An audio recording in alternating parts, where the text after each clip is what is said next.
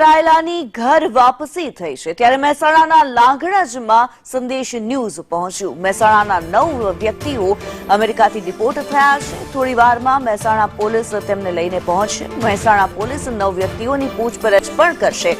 Police પૂછપરછ બાદ તેમને ઘરે ઉતારવામાં આવશે।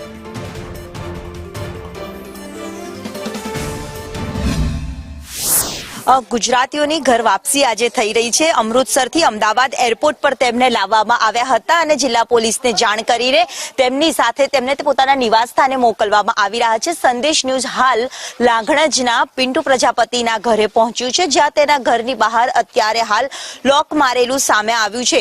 પરંતુ જે પ્રકારે આ ઘણા કરોડોના દેવાઓ કરીને આ પ્રકારે અમેરિકા પહોંચ્યા હતા અને હવે એ પરિવારના સભ્યો છે તે અહીંયા પહોંચી રહ્યા છે। ઘણી વખત વાત કરતા સામે આવ્યું હતું કે કેટલાક લોકોને એમના દીકરો કે દીકરી પરિવારમાં ફરવા ગયા છે એવું કહીને પણ અમેરિકા પહોંચ્યા હતા। અહીંયા લાંઘણજના અમે ગામમાં પહોંચ્યા છે। અહીંયા કેટલાક લોકો છે। બેન, અહીંયા કોણ રહેતું હતું?